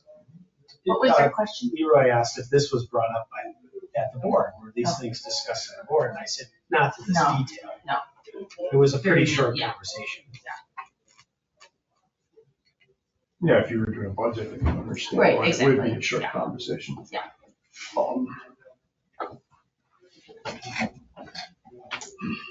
I'm gonna wing it. What if this becomes a more central agenda item at our January meeting or so? I mean, from a project management perspective, so many separate issues have been brought up on this. Who does what, when, which experts when, who, grants, why are you picking which option? I don't think we're prepared at all to advance the discussion unless we concentrate more on it. I don't know what other people feel. I wouldn't even know what to say to any of this right now. Well, and I'm with you, to your point, what's most cost effective? Is Carroll Lane more cost effective for the village of Ashwaubenon than Folsom? We don't know the answer to that, right? Or do we? I mean, I think I'm not saying exact dollars, but then again, depending on where you go, and to Tracy's point, some intersections may require other mitigations to be developed versus others, again, based on sight lines, based on traveling speed, all that stuff. So it wasn't so much like pick one location, although I think the board may have thought that it was that easy. And I'll be honest with you, I think Barb thinks it's that easy too. Just But, like, just put in a crosswalk. Why aren't you putting in a crosswalk? She will, It's just paint on the road. I understand that. Right? And it's more than that because it ties in all those conversations about how do we develop it safely? We have accessibility issues, right? That we have to address too. So we have to create a safe crossing, but we also have to make it an accessible crossing. That's, to my point of, well, where are you putting this as it relates to other facilities then? Because now you could decrease your accessibility because you're putting sidewalks in one area that don't connect to this. So just having some foresight, and then to what extent? Are we just looking at one intersection? Are we looking at a corridor? There's so many, the scope of this could get so big so quickly. And if it's simply just find an intersection on the north end of Packerland before 172 to put a safe pedestrian crossing, now I have a much more refined scope and I know where I'm going. And it's 5 o'clock. That's fine. Yeah. I would like to move this forward to another meeting so we can, we spent a lot of energy on that other agenda item and just have personal capacity and. Let's have one last question. If I may, just to help Yes. advance this, if it sounds like clearly we're not going to get to a consensus today. If I could reach out to the county, both the planning agency and the county highway department, and just see what role they play. Now, they've had some turnover at county highway recently, so they may have a different point of view on how they handle these types of issues. So allow us to contact them and see what role the county would play in identifying and locating and properly potentially planning for an appropriate crossing on the north end of Packerland, and then I can report that back to The So schools. we haven't contacted the county at all yet. we have not. Because again, we didn't We're have gonna the ask scope the we same were. thing our village board did, where do you want to push? And then we're gonna say, well, here. Well, once you get a spot picked, give us a call back. That's what they're gonna say. Maybe. Doesn't have to ask them. It's their road and they may have Because some again, out there as you go expertise further that they south can- on Packerland, there may be a desire to add certain elements, and maybe there's a refuge island. Maybe the whole maybe they're gonna, because the county may require certain things too. The Right. county may say you have to reconfigure this entire intersection and put in refuge islands and put in a traffic signal, and now we're talking not tens of thousands of dollars, but hundreds to millions of dollars to reconstruct an intersection for a ped crossing, and it'll be on our dime. The county's not gonna pick that up. That's the kind of information you need to have a constituent or somebody to understand why you can't do it. Right. And I know Mark Got thinks the it's data. easier than that, and to Tracy's point, is putting paint on that road, it could end up being less Yes, safer Yeah. It could. than No one's more gonna safe, stop. because Nope. nobody's gonna stop. Nope, Nobody's no gonna one's give you gonna that false sense. You complain about that all the time, the one at Titletown.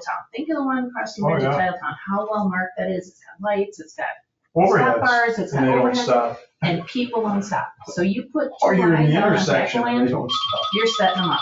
I think part of what we do in January also is figure out how we want to update Barb on how. Right, keep her in the loop, yeah. Yes, I so agree. that she feels heard. At least Yeah, she that's good. thinks it's moving or That's at good. least going. So, okay, so it sounds like we want to move this to our next meeting in January. And any, Is that correct? I would love to hear any of those types of things, things of to check into and have available.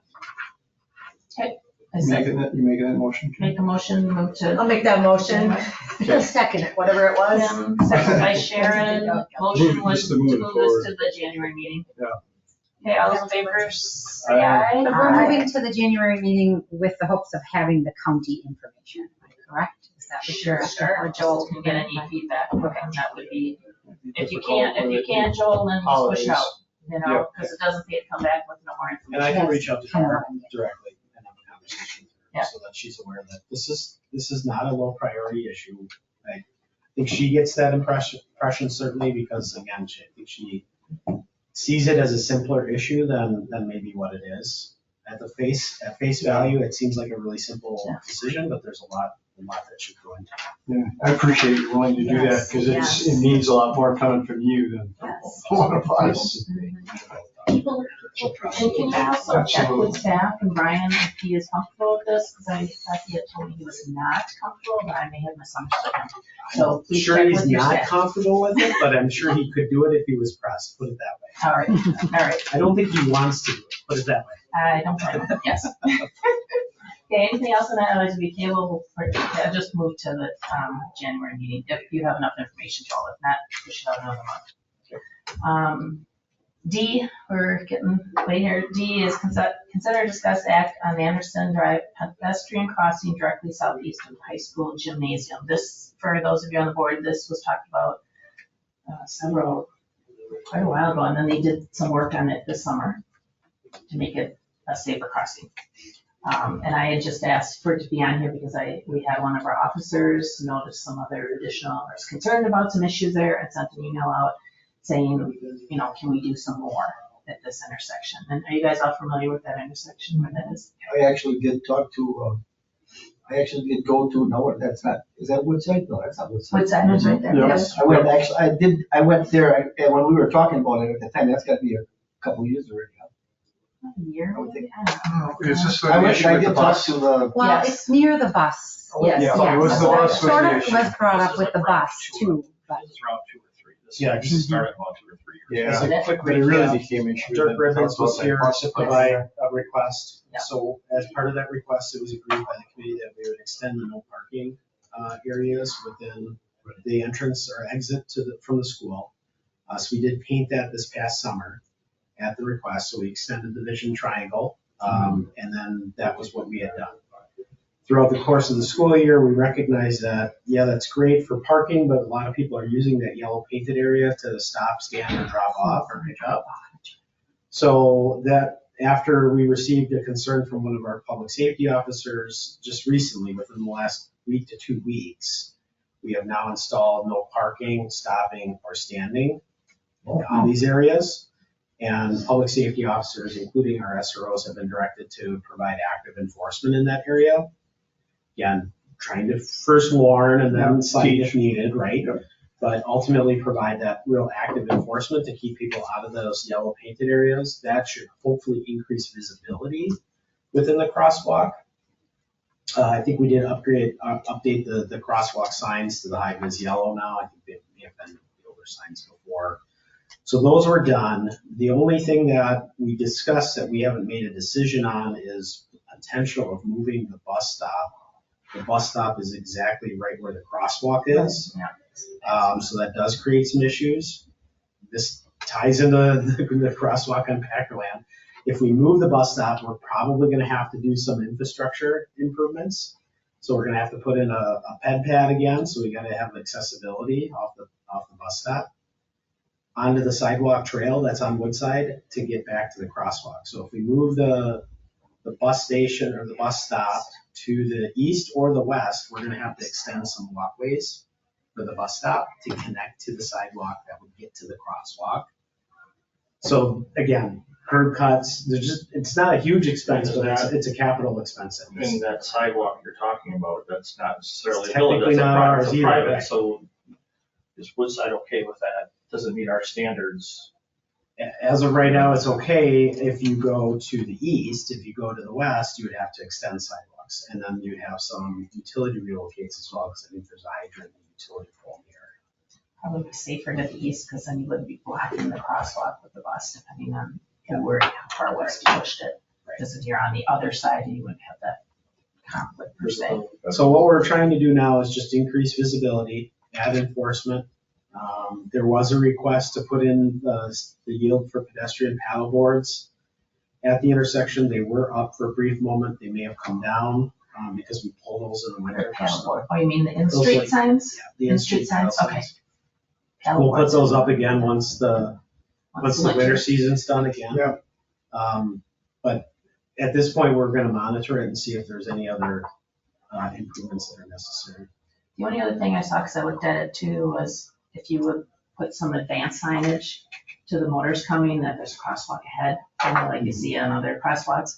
And the other thing, maybe looking at doing a high-vis crosswalk there. Right now, it's just the 2 white lines. And if you ever notice, you guys, when you're driving, look at a crosswalk that just has 2 white lines. and see how, you can't see it very well when you're driving up.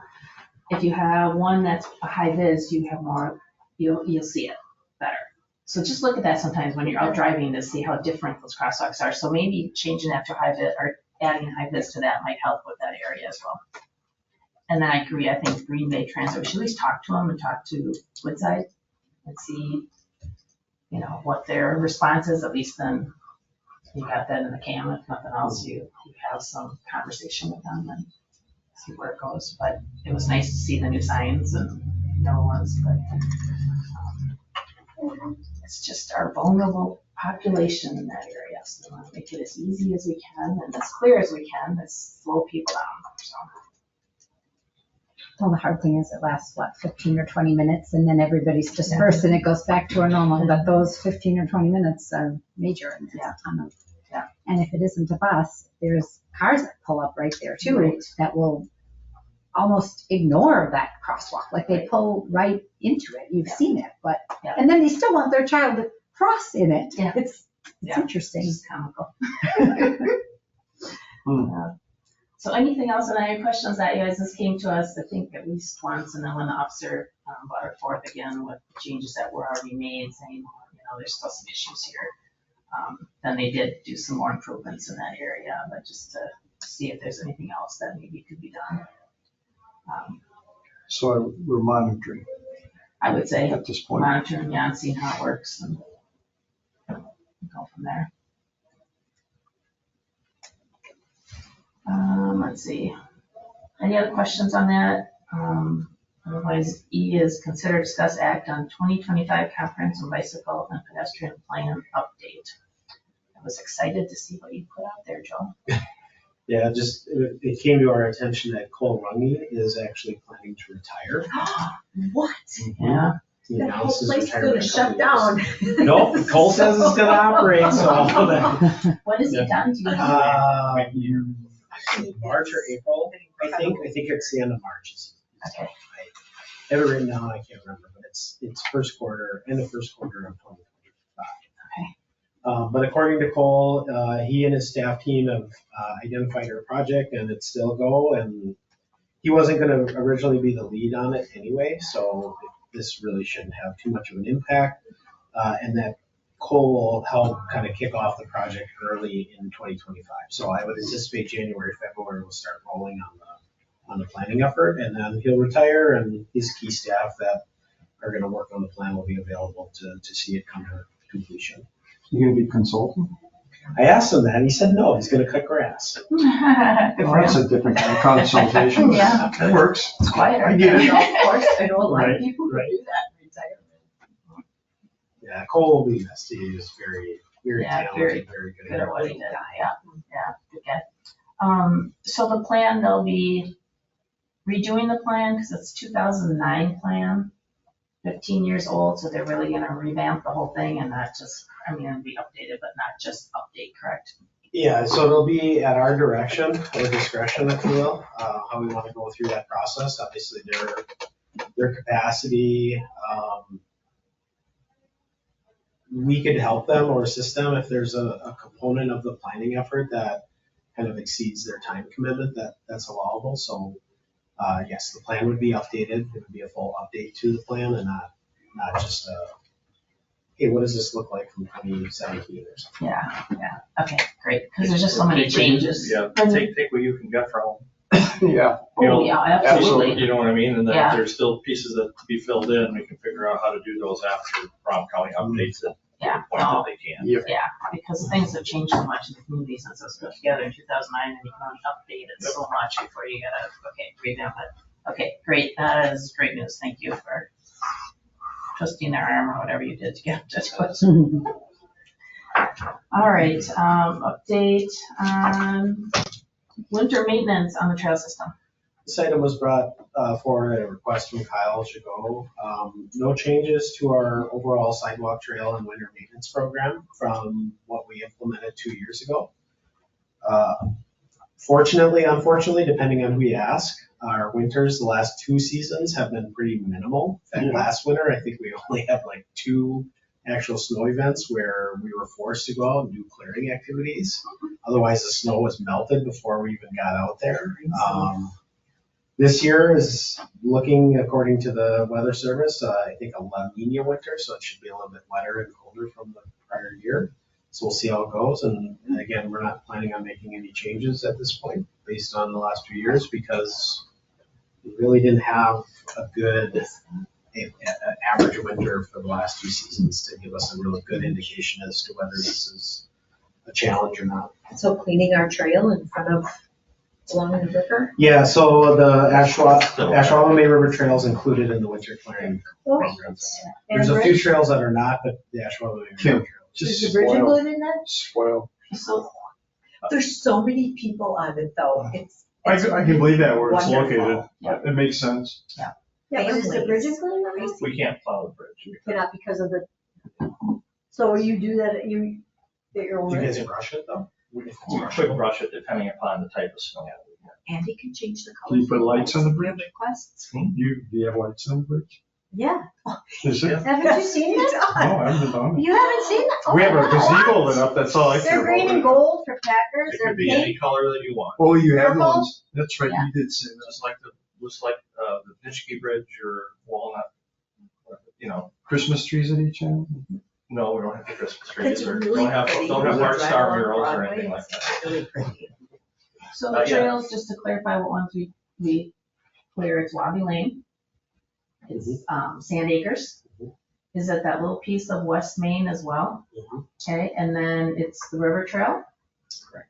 That's it, correct? That's it. Okay, so those are the ones that will be cleared again. Yep. I noticed on the map that was shown, they don't have, and Argonne gets cleared, right, from, what is that for road there?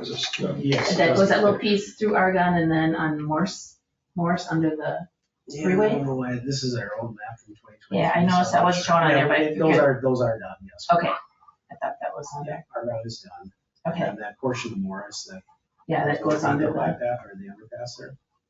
yeah, so that's the other one that gets cleared, so there's 4 of them on. And just so everyone's aware, Packerland is being cleared, it's not the village that's doing it, it's either Oneida or Hobart. So you're gonna see sporadic clearing portion on Packerland, that I always get asked that. Yeah. There's also a resident back there that clears it. Oh, I have a question on the map. Takes the village. The map shows, push buttons? Had push buttons on that map? Why are those shown on there? We show those so that our employees know that there's likely to be some manual work done at those intersections to clear the push buttons. So if you recall that first year, there were some challenges, particularly I think on Wabi and Ridge, where we weren't getting to those push buttons. So that's why they're there. It's just to show the number of push buttons that are necessary for us to get out and do the manual cleaning.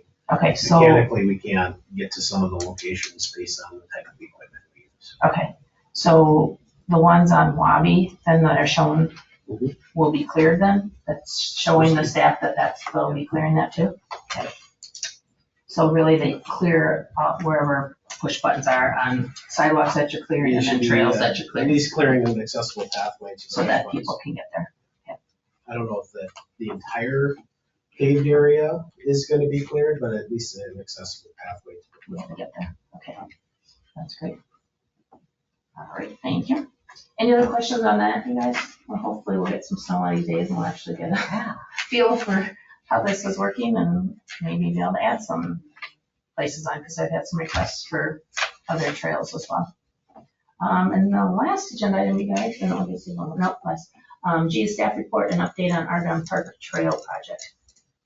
So I just took some pictures. We were able to put the crushed gravel portion of the trail in last week, from basically off of the Argonne Street Trail, where it kind of meets where the water building is. So that's the connector, and it goes along the back side of the park. Ooh, this is, About 8 feet, it's about 8 feet wide, 4 inches deep. oh, We got fabric separating the crusher dust from the very, very wet soil underneath. So that is done, and then we're hoping, I'm hoping the bid specs will be finished to be able to advertise it next week for the trail clearing in the wooded area. Because we need to get that out so we can get that approved at the January. So taking the ash out of there and clearing it all up. Tim and I have had a lot of discussion on the woods trail, but what does that mean by clearing it? And I'm more for, because it's Packer property, I'm more for felling the trees and leaving them lay. Tim would like to have all of the stuff taken out. So there's still some discussion on what that final is gonna look like, but costing wise, I think might be a little bit, some of the brush can get chipped and the logs can stay where they are. Because again, Packer property. But we just need to make sure that the pathway is clear for the boardwalk installation. The boardwalk bid was already approved, so we've got to get the trail cleared. So we're hoping to get those bids out within the next 2 Fridays to have them advertised. What is Packer property? The woods? That's all Packer property? Pretty much, yeah. Okay. I think there's just a small sliver of ours. So just Yeah, real real yeah, small. I mean, maybe a couple feet on the south side of the woods there. But that's fine. I do want to do one quick mention. I know it's not on the agenda, but we don't have to discuss it. You can't do that. There was a water line issue. I think it was in front of Eileen's Candies last week. They were hoping that they could just do a simple repair. Unfortunately, they weren't able to. They had to dig up a fairly good chunk of the Wabi Trail. And so right now that is cold patched. And they will be going back in the spring once the asphalt plants are up and running and redo that section of trail. So no need to discuss anything, but since everyone here uses the trails quite often in some form or fashion or cares about them, I just wanted to make sure you guys are all aware of that we are aware of that. Nothing's going to happen though until probably late spring once the asphalt plants are up and running. Thank you. Items for next agenda, the ones that we have were if the ordinances already come back, do that, and also the head question on Packerland. Anything else, Kel, that you have in your list? That's what I had. Does anybody else have anything else? Rex, would it be possible to bring the trail at Ashwaubenon extension, or is that just one part board? The one that goes connecting, is there any reason, at least update? I don't know, hold on a second, Trace, let's take a look.